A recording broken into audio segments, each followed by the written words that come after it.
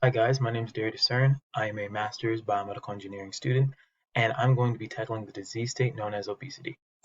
Going over the description of obesity, obesity is characterized by an excess quantity of body fat in a person.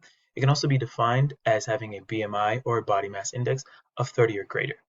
Obesity occurs from a complex interaction between genetic, environmental, and behavioral variables, and it also can occur from a lack of regular exercise or physical inactivity. Now, if you do have a body mass index that is higher than most, or you are obese, you can suffer from stuff like sleep apnea, heart disease, diabetes, and other health complications. Now, to go over some evolutionary context, the presence of unhealthy food in our current society has really promoted the growth of obesity. Obesity is now considered a pandemic, and it's particularly problematic in industrialized countries. The Western diet and the nutritional revolution has brought major causes of obesity to uprise, as well as other health-related issues. The Western diet is characterized by a high intake of processed and calorically dense foods such as high fructose corn syrup, harmful fats, and refined sugars.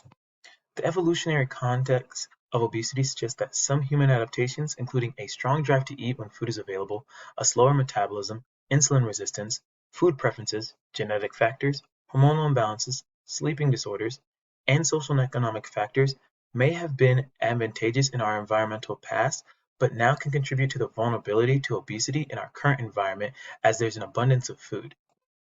A sedentary lifestyle.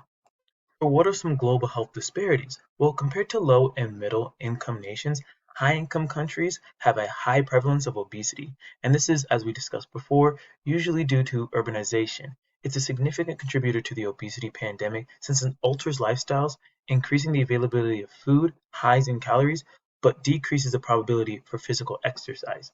Social determinants including poverty, food insecurity, and a lack of access to nutritional food and opportunity for physical exercises are some of the factors that contribute to the obesity pandemic in the United States.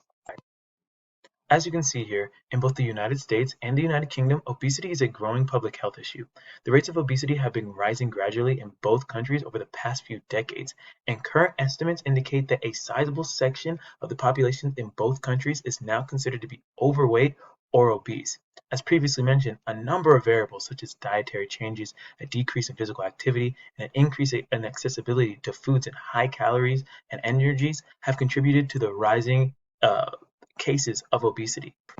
There are a number of public health campaigns aimed at combating obesity. The first is the U.S. Healthy, Hungry, Free Kids Act, and this program aims to raise the nutritional standards of school lunches and boost low-income children's access to nutritious food. Next, we will look into the UK, where there's a campaign called Sugar Smart, and this campaign is attempted to persuade consumers to cut back on their sugar intake by increasing awareness of high sugar contents in various foods and beverages. Finally, the next is the French EPODE program, which was created with the goal of reducing childhood obesity by focusing on social and environmental variables that encourage unhealthy eating and active lifestyles. Overall, obesity has a negative economic and social effect in addition to being linked to many other health issues such as diabetes, heart disease, and several types of cancer. While the prevalence of obesity is rising globally, there are numerous public health efforts and initiatives to try to combat this, including promoting healthier eating, boosting physical activity, and enhancing access to healthcare. Future trends in the food and healthcare sectors, as well as social and cultural variables and ongoing public initiatives, will all have an impact on the prevalence of obesity.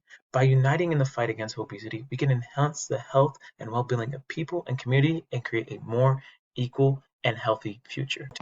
The main reason why I chose to tackle obesity compared to any of the other disease states is that, especially recently, we're seeing a huge uptick in obesity, as I've mentioned before. And it's mainly due to the fact that there's way more high calorie dense foods that have high sugar content, that have processed foods that are slowly destroying our metabolism. And then our lifestyles currently have us more stagnant than ever, meaning we're not getting as much physical exercise.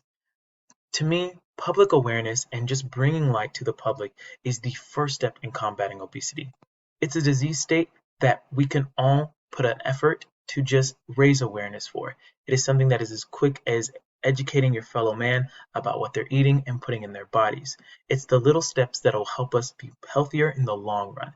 And that's why I decided to choose this disease state rather than any other. Because to me, obesity is a modern problem created by our modern solutions to food shortages and things of that nature.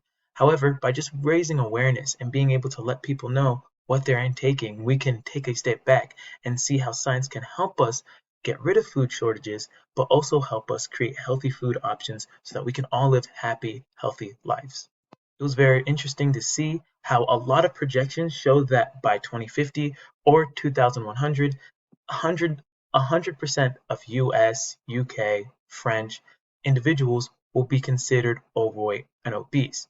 And of course, if our entire society is obese, that comes with a myriad of health problems. So again, just by educating everybody today, we can make a better future for everybody.